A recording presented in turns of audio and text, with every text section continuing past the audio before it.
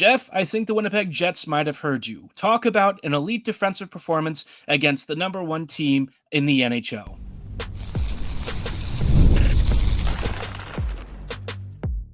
You're Locked On the Hockey Jets, your daily podcast on the Winnipeg Jets, part of the Locked On Podcast Network, your team every day. Evening, friends, and welcome to tonight's episode of Locked On Winnipeg Jets, part of the Locked On Podcast Network, your team every day. I'm your host, Harrison Lee, an avid Winnipeg Jets fan and an online blogger. You can follow me on Twitter at HLivingLoco and at LO_Winnipeg Jets. Thanks for making Locked On Jets your first listen of the day every day. If you like what you're hearing, be sure to like, follow, and subscribe on all of your favorite podcasting platforms and YouTube. Doing so, of course, is always free of charge and ensures you never miss another episode. Most of all, though, we just love and appreciate your support.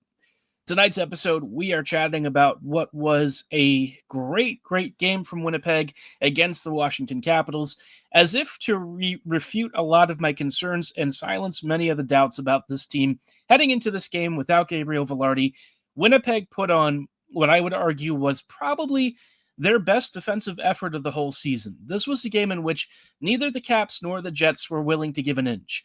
And what I was right about was that when the Jets rearranged their lines to try and, supplement and complement for some of the lack of elite goal scoring in the top six, they bumped up a lot of bottom six guys who were usually forecheckers.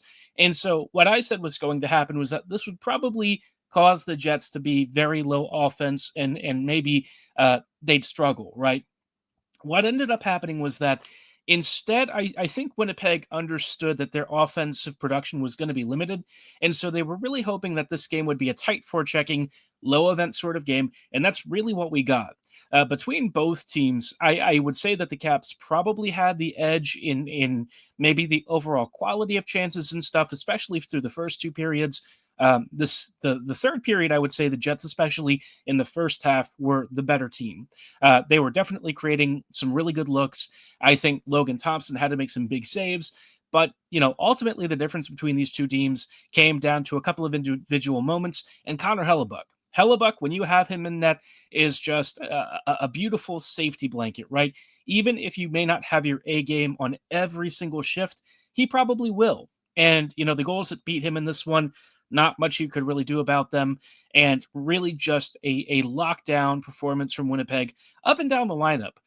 If there were any folks who maybe stood out in perhaps not the best way, Luke Schenn probably had a tougher game. I think this is one of those moments where you kind of see that the second pairing actually does need some mobility, and for all of Pionk's flaws, and he does have quite a few defensively, he does actually skate the puck pretty well. So that I think was maybe a little bit needed in this game. Sandberg and Schenn tried to hold down the fort.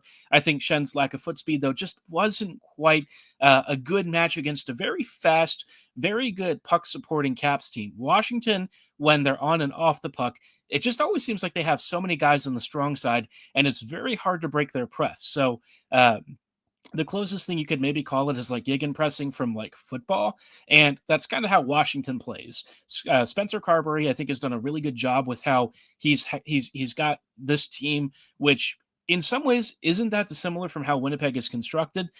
Maybe not loads of elite high-end talent everywhere, but really good players on each line, and he has gotten them to play to their strengths in a really difficult system. So, this game was going to come down to probably a game of inches, and Winnipeg prevailed. This was a tight game.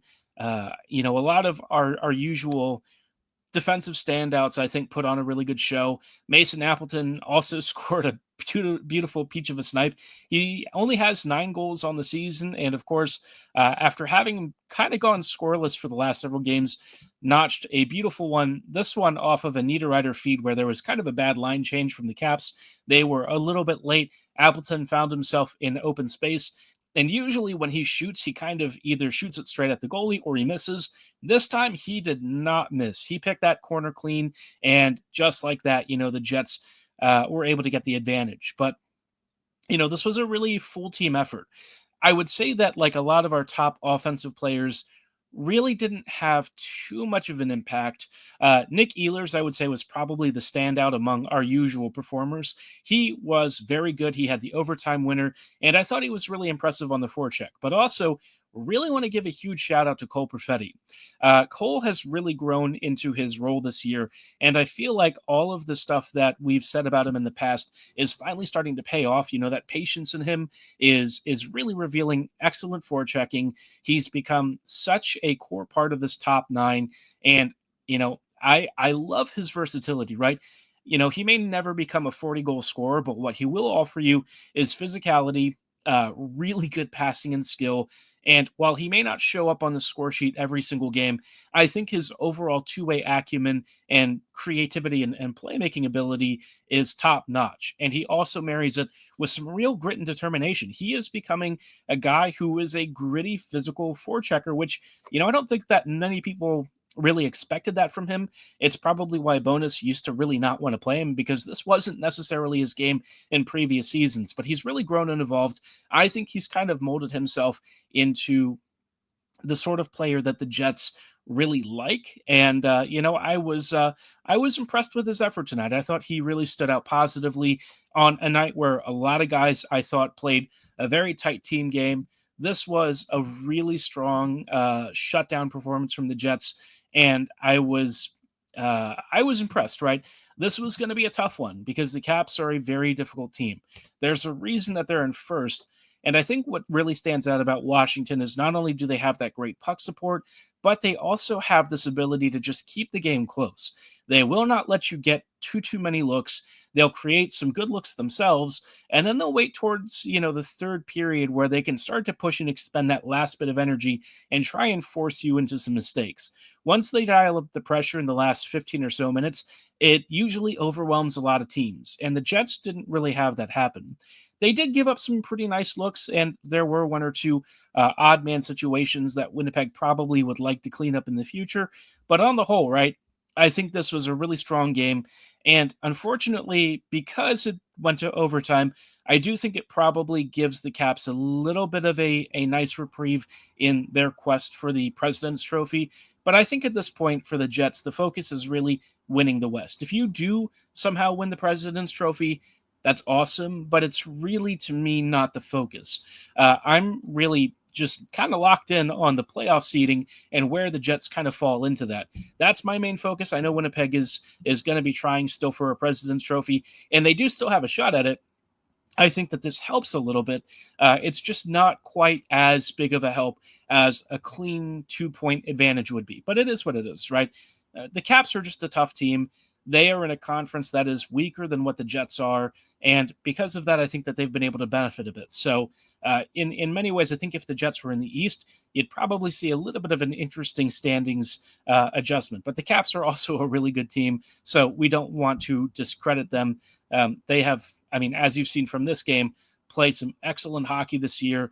I would love to see this become a rematch in a couple of months, right? Let's see a 7-game series in June, maybe. That'd be nice. It'd be the playoff match that we were always due. It would kind of feel like things finally came full circle from a series that should have actually happened in 2016, 2017. And, that's really kind of where I'm at. But obviously, there is a really long road to even get to the Cup Finals, and the Jets still have work to do at the before the regular season wraps up. They need to firm up their position in the Central. I feel better about their odds in some ways, but there's an especially nice scenario that's starting to take shape, and it kind of requires the Jets to win the West. If they do, this playoff structure and the potential bracket is really, really favorable to the Jets. I'll chat about this in just a brief moment and why it could be a huge boost to Winnipeg's playoff quest. But before we go any further, did want to shout out our friends and partners at Indeed. You just realized your business needed to hire somebody yesterday. How can you find amazing candidates fast? Easy, just use Indeed.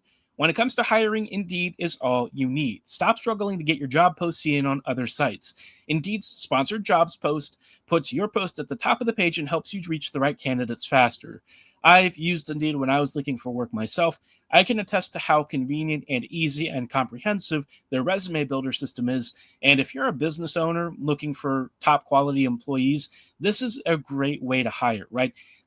I found that the resume builder not only aligns positions that it pulls up to my job experience and sort of my domains of experience, but also my salary requirements. And so it made finding positions and listings super easy. And for business owners, this works the inverse direction too. It has to be super convenient. And we even have a special offer for all of you right now, because you can speed up your hiring process with a $75 sponsored job credit.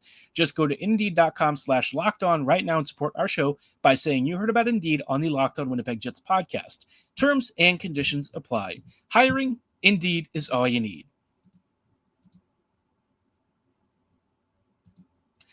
Hi, friends, and welcome back to this episode of Locked On Winnipeg Jets, part of the Locked On Podcast Network, your team every day.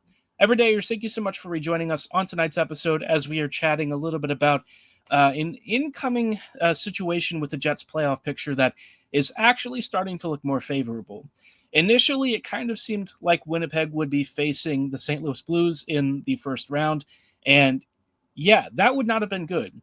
The Blues in their last 20 or 30 games have started to move more towards the top 10 in the NHL in terms of their underlying metrics, how well they're playing. I've been catching a couple of their games recently just to see what they've really changed, and I would say that their top 9 is really dangerous. The foot speed on the back end and the quality of their defense is a real problem, but they're one of those teams right now that I think has done a really good job of compensating for it, and so they were kind of the last team that I would want to see in the first round. Vancouver, Calgary, all those opponents, much, much more favorable than Jim Montgomery and his whole devil magic that he's got going with the Blues. They are starting to peak at the right time, and they're just flat out scary. They're just a good team now, even if the roster quality definitely has some real holes. But because they've been so hot, guess what? They might actually overtake the Minnesota Wild for the first wild card seed. And if that is the case, which right now they're 2 points back of it, and the Wild do have a game in hand, but Minnesota has been losing a lot recently, and so all of this is starting to put the Jets in a really good position. Minnesota, the wheels are falling off. St. Louis is absolutely ripping through opponents left and right and starting to play elite hockey. That might mean that they play well enough to get themselves into that first wildcard seed. And for the Jets, that is a really ideal scenario. The only thing that I think you want to avoid happening is for St. Louis to somehow work their way all the way up to the third seed in the Central. That is extremely unlikely. I would say it's almost a non-starter right now, but just something to keep an eye on if somehow the Avs have a late season stumble and the Blues don't. But I think the most likely scenario right now is that the Blues take the first spot, Wild take the second, and for the Jets, that is about ideal as for a first round as you could possibly have. You have Dallas and Colorado and Vegas, St. Louis, which means that at least 2 of the biggest players in the West are going to be out almost immediately. And with the Blues emerging into a fourth contender in this conference, that also eliminates another potential problem, right? Guaranteeing at least each of those teams in each side of that Western bracket is gone, especially after the first round, is probably about as big of a blessing as the Jets could ask for. And if Winnipeg gets Minnesota, guess what? The Jets are going to probably walk through that series like it's nothing. I think it might take a couple more games than we'd like, but I would say Minnesota is just bad now, and they're without Kaprizov. They've been injured a lot recently, and they are just really starting to fall to pieces. Is it guaranteed that Winnipeg would grease through them? No, that's my prediction. Maybe I should slander them like I did before this Washington game. That seems to empower them, so maybe that would help. But I think the Jets really would prefer to have that as their first-round matchup rather than St. Louis. The Blues are really good. Minnesota is not. And again, because of this picture, suddenly the second round starts to look really good. What I think would be especially beneficial is Vegas playing St. Louis too. I would still have the Knights coming through in this one, but the Blues would be a very, very, very tough opponent, especially considering Vegas right now would be looking at, a Minnesota matchup. And the Wild, if I want the Jets to play them, that probably is doubly so for Vegas, right? Because I think Vegas would love to have an opponent like the Wild that's really on the decline, that's losing games badly. They just got ripped apart by the Knights tonight. So, yeah, for the Jets, this is a really ideal scenario.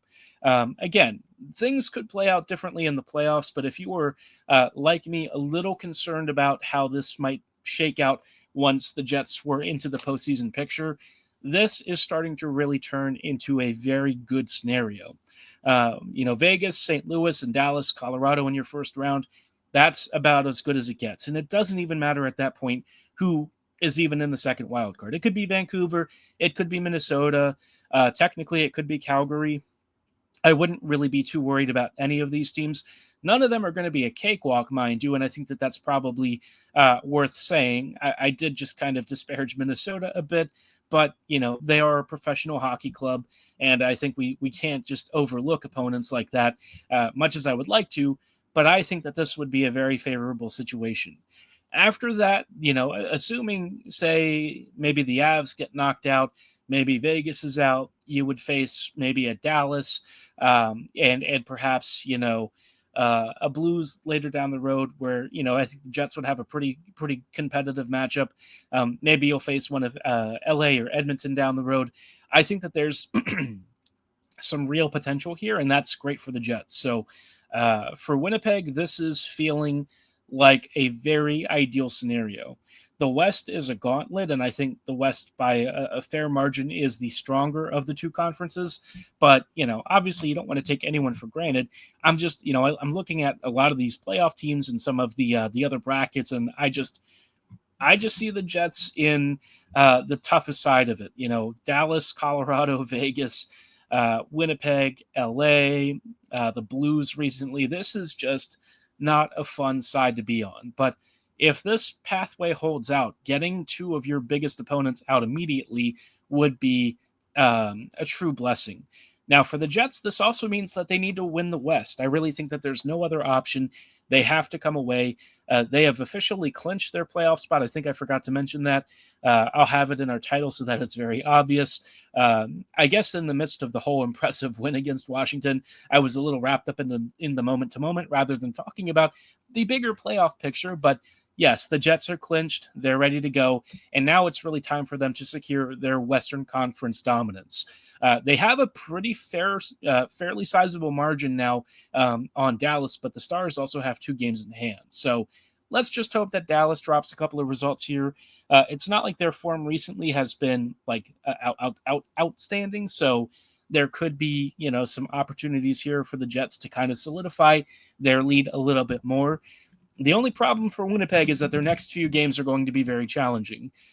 They have one last slightly easier matchup against the Devils, which I wouldn't say is easy, but it's probably relatively soft compared to what it could be. But then you have Vancouver, LA, and Vegas. Now, I do think these next 2 home games are probably going to be at least 2 or 3 points out of 4. After that, though, you've got LA, Vegas, and Utah on the road, and that's pretty tough. I could see the Jets maybe only getting 2 points out of those road games, which might be enough. But again, that's a pretty strong sweep of very tough teams. And if the Jets were able to beat the Knights especially, that would be fantastic. Getting one over Vegas, who has historically tormented our franchise, would be a big confidence booster heading into the postseason. But obviously, I think the biggest thing right now is just staying healthy, making sure that you secure your top division and top conference seeding, and figure out the rest later. But, is the President's Trophy still in play? Technically, I think the Jets probably need a few too many points that Washington likely won't surrender over the next couple of weeks. Who knows? Maybe they will, and maybe things will change a bit. But for the Caps and for the Jets, I think the main focus now is just preparing for the playoffs. Both teams would love a President's Trophy. I think more than anything, though, everyone's thinking about the Cup and everything that comes with it. So, yeah, I can't believe we're almost at the end of the regular season. 10 games now left for the Jets. 10 games to try and not only, finish first in the league, but also win your conference. secure home ice advantage, and really set yourself up for the best possible outcome for this playoff run. So I'm excited for it in a way. I'm still a little nervous. I kind of want to see how these next 10 games go. We'll have to see how Vilardi is too. Pionk, probably you'd like him back at some point in the near future, which I know we all have our own mixed feelings about Neil, but he is obviously a bit important. There is one other thing that I want to talk about, though, and it's that the Jets kind of need to resign Nik Ehlers. I really feel like if anything has been proven the last few months, it's that the Jets just can't really live without him. Nik Ehlers is kind of our talisman player.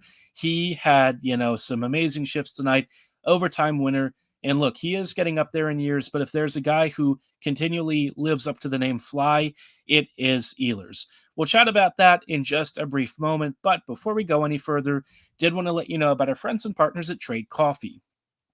If you're like me, your mornings have to start with a good cuppa. But I got tired of searching for grocery store brands of coffee that just weren't cutting it. That's why I turned to Trade. And let me tell you, this coffee is elite. Trade is the #1 specialty coffee marketplace in the U.S., bringing you fresh coffee from over 50 of the country's top roasters. Their experts have taste tested thousands of brews, curating over 450 amazing roasts. Whether you're new to coffee or know exactly what you're looking for, they'll handpick the perfect match for you. I've always been somebody who likes a fresh ground. I'm somebody who appreciates organic Costa Rican coffee. There's just something about those fresh beans being ground up, and a lot of grocery store brands, the Maxwell Houses and stuff of the world, they just don't do it. And Trade is here to help. They make a subscription that's super easy. No more last minute grocery store runs or settling for whatever is in your cupboard. You can get fresh coffee every so often. And if you don't love your first bag, no worries. Trade will replace it for free until they get it just right. And you can get coffee that's got such a smooth, rich flavor that you'll be able to taste the difference, even if you're only used to grocery store brands from your local store. Right now, Trade is exclusively offering our listeners a special 40% off your first order at drinktrade.com/LockedOnNHL. That's drinktrade, TRADE.com/LockedOnNHL for 40% off your first order. drinktrade.com/LockedOnNHL.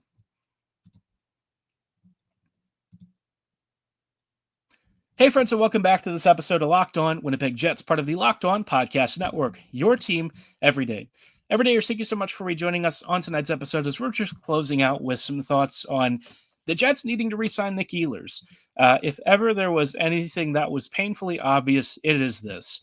I've avoided talking about it because obviously there's, bigger concerns in the near term, but, this coming summer is going to be a really difficult choice for the Jets, or at least a difficult choice for maybe one or two parties here. I think from Winnipeg's perspective, it is a no-brainer to get Ehlers locked up. I don't know how many years it would take, but whatever it is, whatever he wants, just give it to him. He is very clearly one of our core pieces of this team.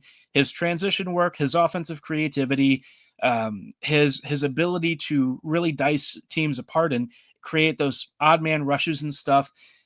It's all such an elite part of his tool set, and really he's one of the top primary point producers and one of the top scorers relative to ice time that the NHL has ever seen. Relative to how much time he plays, he is pacing I think one of the top ever NHL seasons, which is pretty crazy considering he really doesn't get loads of ice time. He's a short shift kind of guy, and so Ehlers is really a player that I just don't think the Jets can really live without. They don't have anyone internally who can replicate what he does. He is kind of one of one, and I think if he hit the open market, half the league would be after him, probably more than half. He is a special talent. He's one of those free agents that you would actually want to sign, and I just wonder what the relationship is like right now. Arniel very clearly likes Ehlers a lot and has put him in a pretty favorable position. You don't see Ehlers really demoted all that often anymore. You see him given prime billing on the first power play. He's given lots of overtime options. And so I sort of wonder, is it too late, right? My thinking coming into the start of the season was that damage had been done. There was no way Winnipeg was going to be able to bring him back, and he would want to go elsewhere. Has winning maybe changed that? If the Jets go on a deep playoff run, does Ehlers decide to stick around for a bit? I guess it kind of comes down to what Winnipeg's offer is. The Jets are probably going to play hardball because that's usually what they do. And for me, I wonder if that's going to piss Ehlers' camp off too much, right? If the Jets play hardball after having kind of strung him along for several years, will that be the end of things? This is a huge unknown for me, but I just think that the Jets have to find a way to make it happen. If they do, that is a huge weight lifted off of this team's shoulders. And I think for the foreseeable future, Ehlers is going to be one of your core contributors, especially if you feel that this window maybe goes beyond this year and next, right? If you think that you can get something capable of being a contender over the next 4 to 5 years, Ehlers has to be a part of that. Yes, he's aging. Yes, the post 30s decline could hit quickly, but I think it's just a risk you have to take. There just aren't many players out there who do what Ehlers does and who are as important to the Jets as he is that could actually step in and do his job. There just aren't players like that. And so for me, if he does leave, it's going to be heartbreaking. I won't blame him for it because I do understand why he would feel maybe a little bit slighted, maybe like he deserved a better shot than he got with his team, especially during his prime years. Unfortunately, Winnipeg kind of underutilizing him has hurt a lot of his marketability. So, that's kind of earnings depression, right? That's going to hurt his contract negotiations. But hopefully, at the end of all of this, despite all of the perhaps mixed emotions and tough feelings, both parties are able to come to an agreement. We have a lot of contracts to settle. Kyle Connor's coming up. Dylan Sandberg needs an extension. Vilardi will need some sort of a deal, although I kind of wonder what that looks like with his injury history. The Pionk thing is still technically ongoing. I'm starting to wonder if that maybe changes. Jacob Chikrin just got paid $9 million for 8 years. So if Pionk goes to market, he could get probably $7 million plus relatively easily, right? I know he's on the older side and all that, but like he has been a perennial 30 plus point scorer on the back end for several years now. He's a right-handed D. I think his perceived value is probably very high.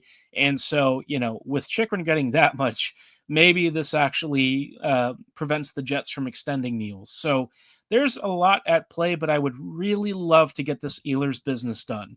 I'd be curious to know what you think he would extend for, or what you think the Jets would want to pay him. I think if you can get him back at like 7.5 by 6, that would make me a very happy person. But give me your contract expectations below or at my social medias at HLLivingLoco and at LO_Winnipeg Jets. Do you even want to bring Ehlers back? Would you prefer to see him walk in free agency? What do you think the Jets should do about Ehlers? We'll probably talk about that on a future episode. And for the rest of this week, obviously, the Jets aren't playing until Friday, so there's a little bit of time off. We might talk a little bit more about some upcoming contract deals, maybe revisit what needs to happen and what the Jets are still working on. But for tonight's episode, that is going to be all the time that we have. I thank you so much for listening and making Locked On Jets your first listen of the day every day. We'll see you back here tomorrow, so see you then. Have a great night, and as always, go Jets go.